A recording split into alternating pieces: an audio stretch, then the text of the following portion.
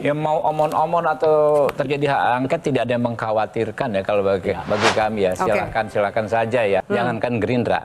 PDI Perjuangan pun belum mempunyai sikap resmi terhadap hak angket. Sikap resmi itu apa? Satu tanda tangan pun belum ada. Sejauh ini memang baru gertak. Gitu. Nah oleh karena itu supaya nggak omon-omon nih angket, besok saya akan dorong melalui konferensi pers 30 nama yang saya harapkan berani menandatangani hak angket ini supaya angket ini tidak omon-omon saja. Tapi menurut saya hak angket itu nggak akan jalan. Nah tapi silakan kalau teman-teman optimis silakan. Tapi menurut PAN hak angket itu nggak akan jalan. Adanya angket misalnya terjadi, saya malah apresiasi supaya dalam catatan sejarah di eranya pemerintahan Jokowi ada hak angket dipakai. Nah masa 10 tahun terakhir nggak pernah ada hak angket dipakai oleh DPR? Ada apa-apa ini? Ya kita hormati, itu kan hak masing-masing partai. Tapi kalau dari 02, ya, tapi sekali lagi ya kita hormati masing-masing partai, kita hormati. Tapi menurut PAN tidak perlu itu hak angket kan. Tapi ini kan fokus saja penyelidikan. Angket ini menyelidiki yang ujungnya ialah menemukan pelanggaran-pelanggaran hukum, termasuk pidana. Sesudah itu ke aparat penegak hukum. Kalau yang dipersoalkan misalnya dugaan pelanggaran atau kecurangan dalam pemilu, yang memang kita sediakan kanalnya seperti saya bilang tadi, ada Bawaslu, ada ada MK. Proses pembuktian di MK itu murni faktual hukum. Kalau di ini kan enggak. Nah, jadi nanti bahan-bahan yang muncul di angket bisa aja jadi bahan di sini juga. Bisa. Cuma nanti independensi pengadilan ya enggak bisa ditekan oleh DPR karena ini adalah cabang kekuasaan yang merdeka menurut pasal 24 Undang-Undang Dasar.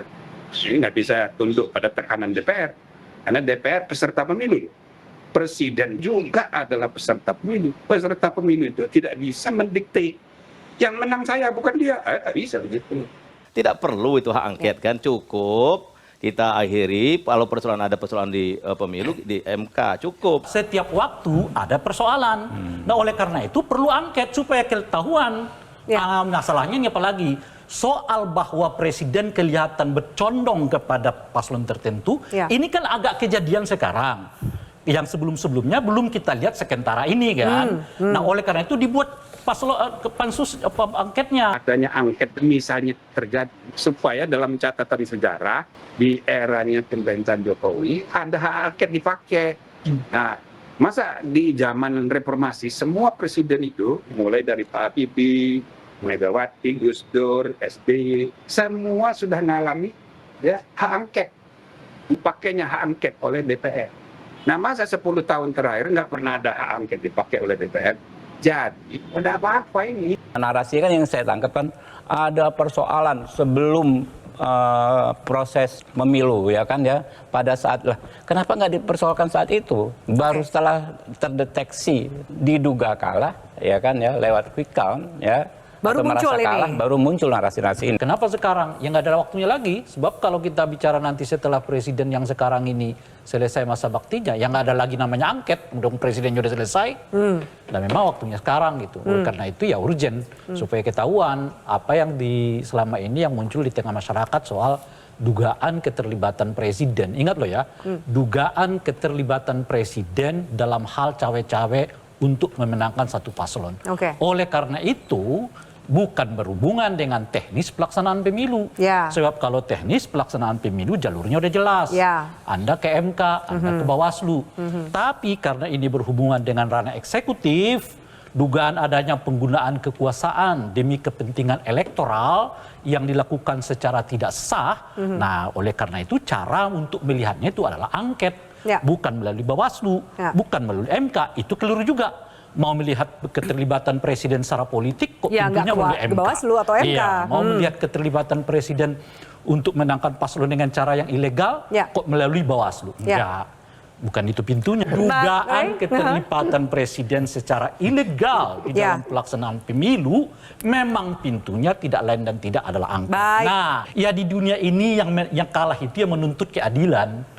Oleh karena itulah dibentuk namanya Bawaslu, dibentuk namanya MK. Supaya apa? Supaya nanti yang kalah itu, kalau ia menuntut keadilan ada nih forumnya. Dan oleh karena itulah dibentuk ini. Kan jadi lucu kalau yang menuntut keadilan itu pemenang. udah menang nuntut keadilan. Nuntut keadilan. Gitu loh kira-kira. Iya. Nggak ada pengadilannya tuh. Kalau yang menang nuntut keadilan nggak ada pengadilannya gitu. Tapi yang lucu juga terima sudah aja. curang kalah. Apa? Kalau sudah curang tetap kalah. Itulah perlunya angket itu, baik yang curang maupun yang menang. Kita lihat di situ. Yang curang itu udah kalah, cara jadi curang bagaimana? Diangketin. Oke. Yang menang itu dengan cara curang, gimana cara Jadi dia angket curangnya? ini kan yang mau kalah, yang mau menang, Makanya gitu akan kan? kelihatan itu nanti semua. Oke, Nah, baik. di situ angket itu.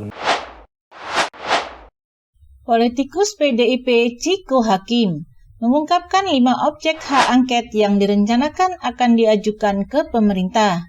Isu hak angket DPR meluas setelah calon presiden nomor urut 3 Ganjar Pranowo mengusulkan DPR mengajukan untuk mengusut dugaan kecurangan dalam pemilu 2024.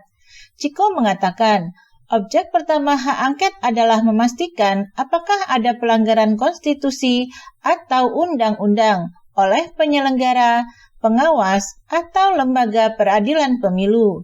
Mereka adalah Komisi Pemilihan Umum atau KPU, Badan Pengawas Pemilu atau Bawaslu, dan Mahkamah Konstitusi atau MK. Memastikan ada tidak pelanggaran, ucap Ciko saat dihubungi melalui pesan WhatsApp pada Minggu 25 Februari 2024. Juru bicara Tim Pemenangan Nasional atau TPN Ganjar Mahfud itu mengatakan, hal angket akan melidiki dugaan adanya keterlibatan ASN, TNI, Polri, pejabat BUMN, kepala daerah, hingga kepala desa dalam pemenangan salah satu peserta pemilu. Dia tak menyebutkan persis siapa peserta yang diuntungkan itu. Tak hanya itu, Ciko mengatakan hak angket akan menyelidiki apakah ada pelanggaran prosedur, permainan uang, dan intervensi kekuasaan dalam pemilu.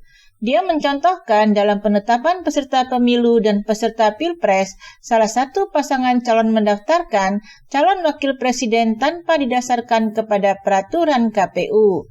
Sosok yang dimaksud adalah cawapres nomor urut 2, Gibran Raka Buming Raka.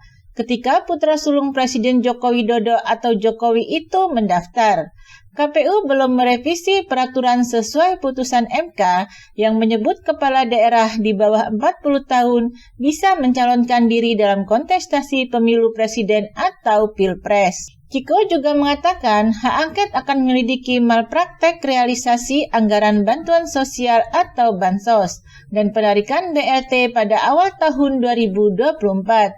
Di luar kewajaran karena untuk tujuan mendapatkan penguatan dukungan politik kepada presiden, ujar Ciko. Terakhir, Ciko menyebut hak angket akan menyelidiki dugaan keterlibatan presiden dan kroninya untuk mengondisikan lolosnya putusan MK yang melanggar etik. Dia juga menyinggung kampanye terselubung presiden dalam masa kampanye melalui pertemuan dengan pimpinan partai pengusung 02 yang diekspos di hadapan publik untuk menjual pengaruh sebagai bentuk diskriminasi kepada pasangan capres yang lain, kata Ciko.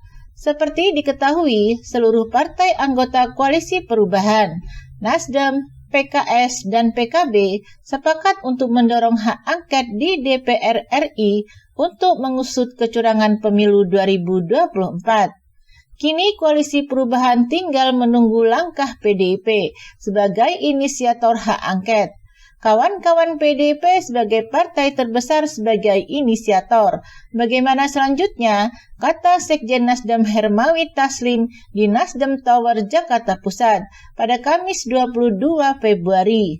Hermawi mengatakan seluruh partai Koalisi Perubahan tidak ragu mendukung hak angket digulirkan. Sebab baik Koalisi Perubahan maupun PDIP menginginkan kebenaran dan keadilan. Kan yang menginisiasi ini bukan sembarang orang. Ganjar, kader terbaik, capres partai terbesar di Indonesia. Jadi kita anggap ini serius, tuturnya.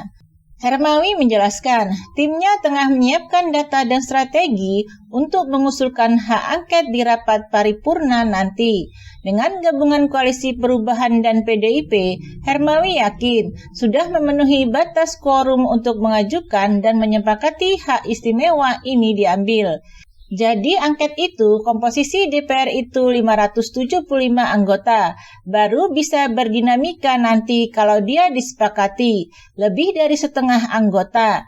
Artinya, PDIP tanpa kami juga tidak bisa jalan.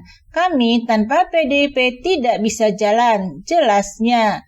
Sambil menunggu pergerakan PDIP, Koalisi Perubahan akan fokus menyiapkan data untuk mengusutkan kecurangan. Oleh karena itu, kita mempersiapkan diri. Tadi, tim kami sudah mempersiapkan data. Kalau ada apa-apa, nanti kita tinggal supply. Kalau perlu, tim kita kirim tim juga. Tapi kita tunggu langkah selanjutnya, pungkasnya.